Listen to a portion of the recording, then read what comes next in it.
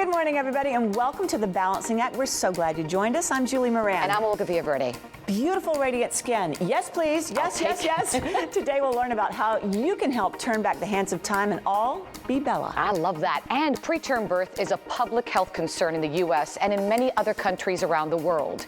November is World Prematurity Awareness Month. Today, we're going to learn more about the potentially serious health consequences of babies being born too early.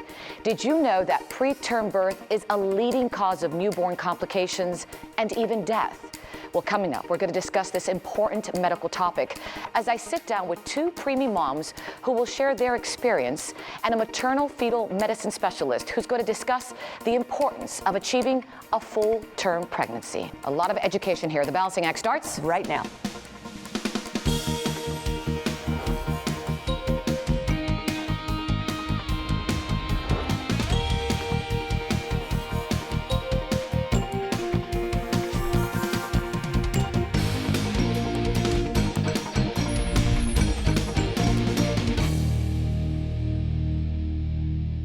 Okay, today let's talk about beauty. You know, women from the Far East, specifically Japan, are known for their flawless, youthful skin, no matter what their age. But what's their secret?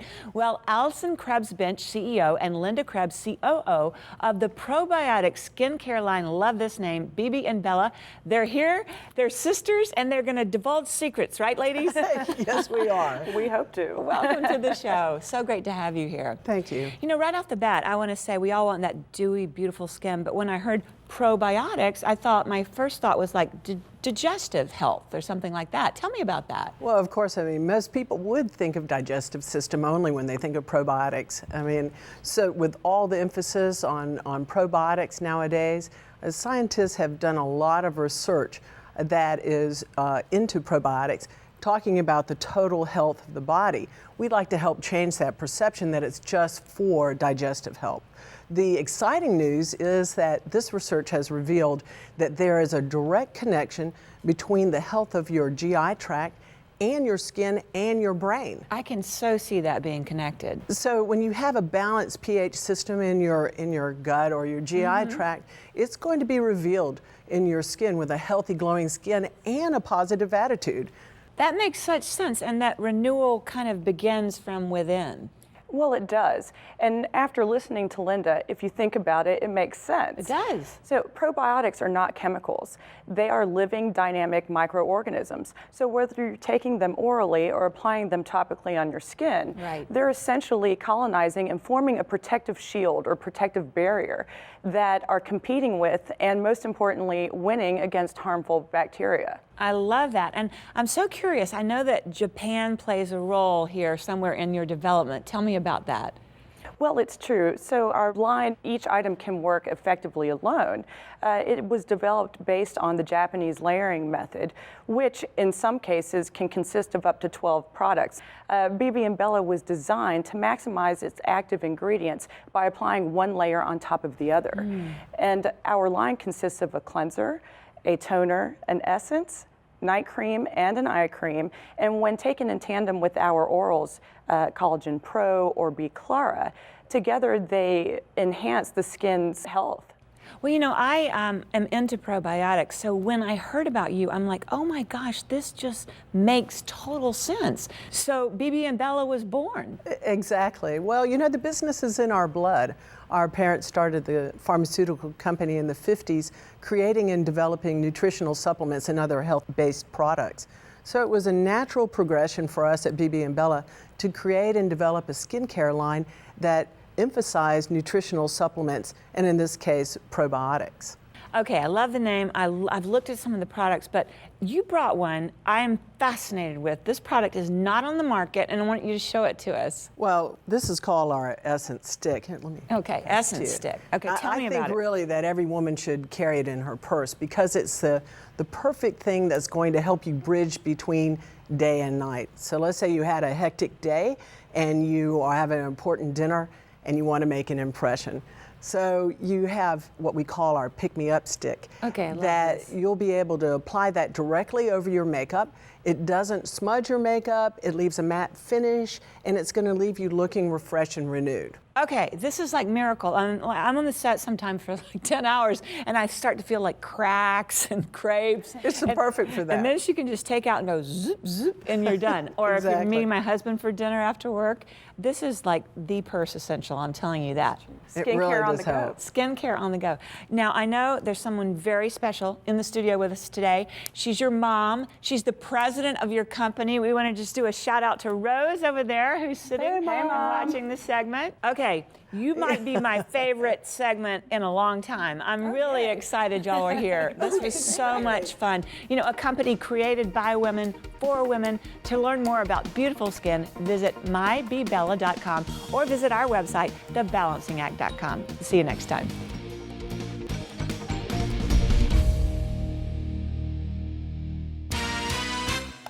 I'm trying. Kids love it. Hey, guess what? It's October, and nothing screams fall more than apples and spices. Here in my hand, I present to you the mother of all deliciousness, fall in a mouthful, apple butter. Apple butter does not have any butter actually in it. It involves a long, slow simmer in kettles with sugar and spices until it becomes this stunning, caramel-colored, concentrated spread of deliciousness. At the world-famous Naked Taco, where I am the king of all taco makers, in the fall, I like to slide out one of my secret weapons, which is my slow-cooked apple pork taco. It is to die for. I take the pork shoulder, I take apple butter, apple juice, carrots, celery, onion, fennel, clove, cinnamon, put the lid on it, lock it, load it, leave it, and I go about my business. I come back 6 hours later, and I have the most incredible, delicious, succulent, spice-filled piece of pork that you're ever gonna have. Now let's build a taco together, shall we? Come a little closer. Take my 2 flour tortillas, I've warmed them up already. I'm gonna take the apple butter, and I'll give myself a little base, a little landing zone for my meat. I like to start it off just like this. Oh, how lovely you look. Now, I've got some of this delicious, fresh pulled pork. You can smell the apple. You can taste the cinnamon in your mouth right now. It's lower in sugar than the other spreads that are out there, and big on flavor for all your baking, roasting, and grilling needs. Hey, it's gluten-free. There's no high fructose corn syrup. Stuff's good for you. Now, as every good taco guy is gonna tell you, it's not just the tortilla that makes the taco, but it's the toppings that makes the taco. Right here in a bowl, I've got apple, jicama, cilantro. I'm gonna squeeze a little bit of lemon on top of that. Mix that all together. Put this on top of my taco. You want a little bit of crunch. I've also added a little bit of jalapeno for some heat. If you don't like the jalapeno, add a red pepper. If you don't like a red pepper, add a yellow pepper. If you don't like a yellow pepper, check your heart rate. Something must be wrong. Apple pork tacos are being served today. You can find this apple butter and more at musclemans.com. And make sure to check out our Quick Bites recipe page at thebalancingact.com. Remember, this is a quick bite, but chew slowly.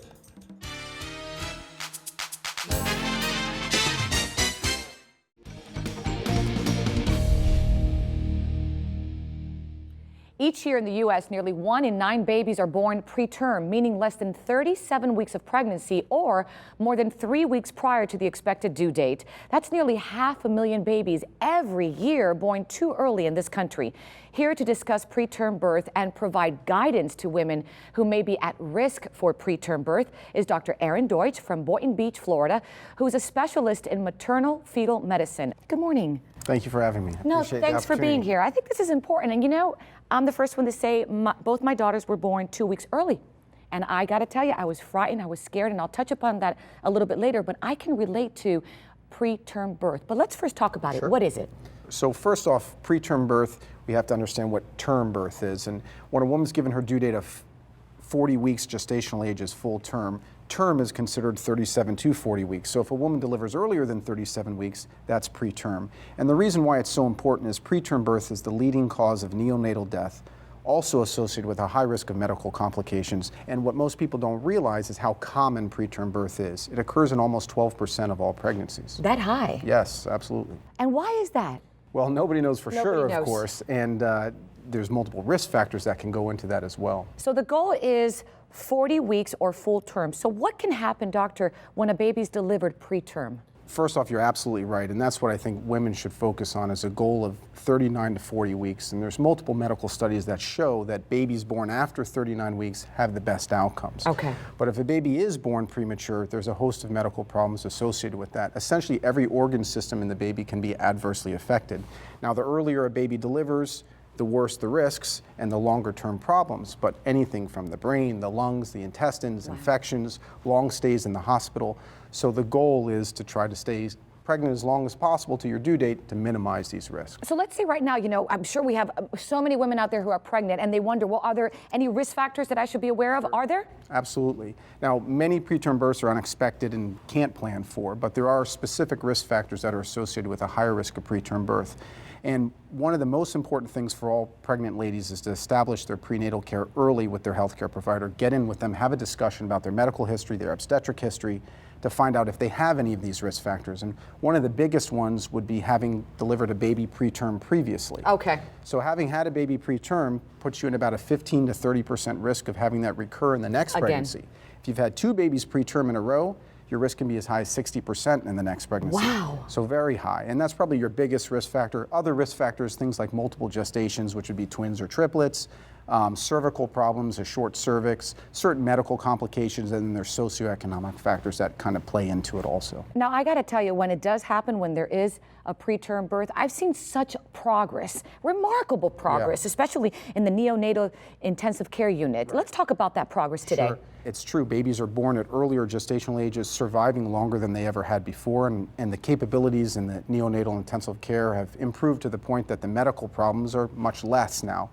I would say the key point, though, is there are still problems, even now with the capabilities that they have, and some of these can be lifelong. So the goal would be to have the baby maturing inside in the uterus, getting bigger, developing, close to that due date after 39 weeks to minimize any risk of having to use the great facilities in a neonatal intensive care unit. So quick question here. In your opinion, do many pregnant moms know that their baby's growth and development continues even after the latter part of their pregnancy? Yeah, I would say most people tend to have a general appreciation that it's better to stay pregnant as long as possible, but I think what's underestimated is the risks even having a baby several weeks early and the impact that can have. Now, also importantly, there are certain indications where babies are purposely delivered preterm, and that would be called an indicated preterm birth, where there's a medical complication, mom has diabetes or high blood pressure, there's a problem with the growth or development of the baby, a placental problem. These rare instances, we would prefer to deliver a baby preterm. But aside from these occurrences, the goal for every woman should be getting to that 39, 40-week time frame. And you just hit it with me. What happened to me was my heart rate shot up, Samantha's heart rate shot up, and the doctor said, we got to go in. And that's why they delivered her. All right, stay right there, doctor, because when we come back, we're going to have 2 moms, and they're going to share their personal story with delivering their child preterm. You don't want to miss it.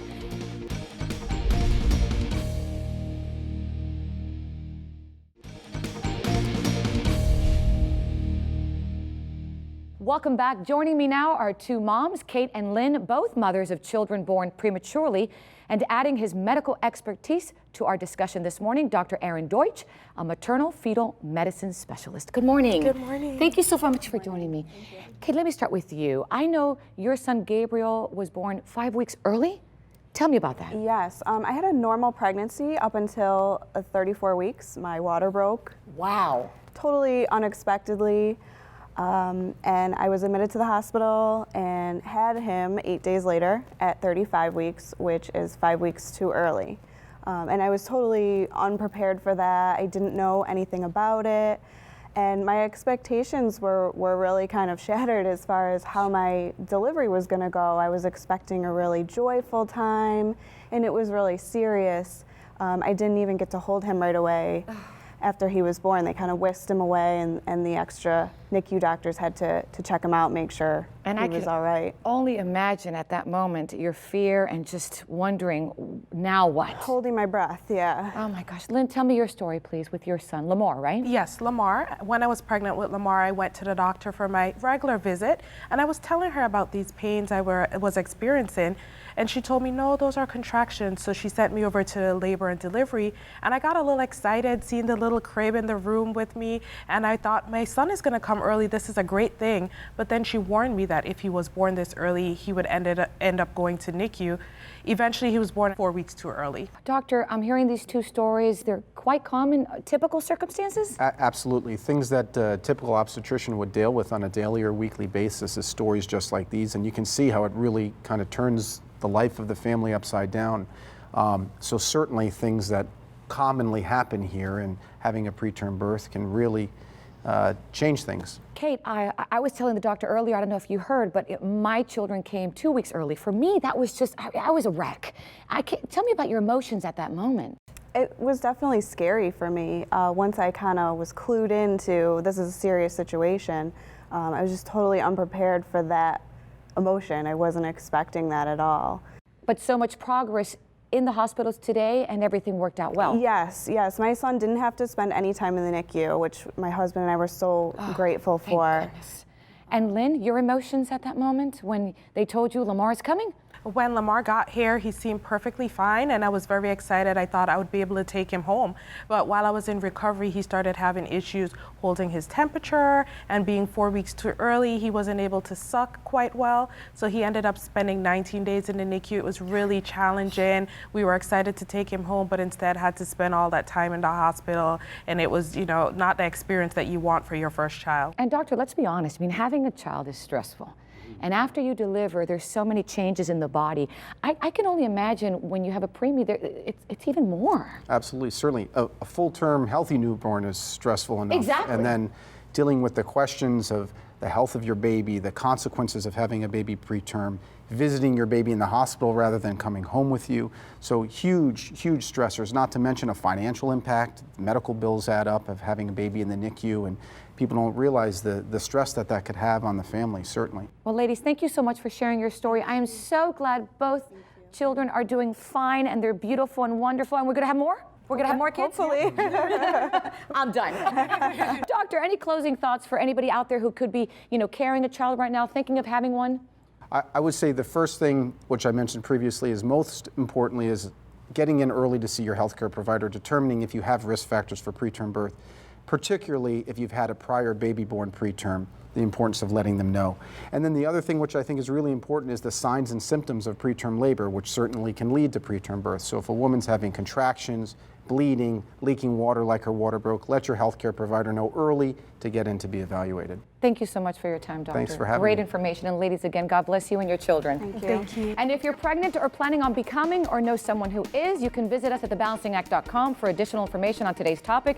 And get social as always. Share with us your thoughts, concerns, or experiences. Log on to Facebook.com/The Balancing Act Fans.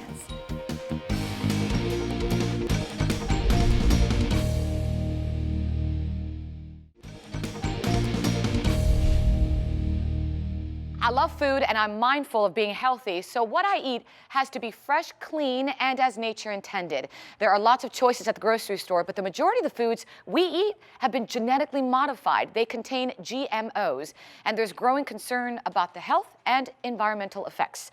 Joining us in our kitchen with some tips on how to buy products and avoid GMOs is Megan Westgate, Executive Director of the Non-GMO Project. Good morning. Good morning. So let's talk about GMOs. What exactly is that? What does it mean? So genetic modification or genetic engineering involves rearranging DNA in a laboratory. Okay. So genetic engineering crosses the natural species barrier, and you can combine plants, animals, bacteria, even genes from viruses all into one organism.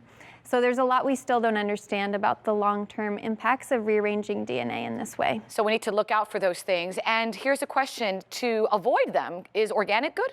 Organic is it's a really comprehensive certification. The Non-GMO Project takes it a step further by actually requiring ongoing testing of all of the GMO risk ingredients. So what can I look out for, Megan, when I go to the store so I know that I'm getting something that's good for me, my girls, and my family? So what you want to look for is the Non-GMO Project verified seal right there. Okay. That's the label that lets you know that a product has been verified to our standard. That means ongoing ingredient testing, on-site inspections, a review of everything that goes into the product. So look for the butterfly seal. Look for the butterfly. All right, and for more information, where do we go? livingnongmo.org. Say it one more time. livingnongmo.org. Thank you so much for the education. Thank Appreciate you. your time. And if you'd like to learn more, visit our website as well, thebalancingact.com.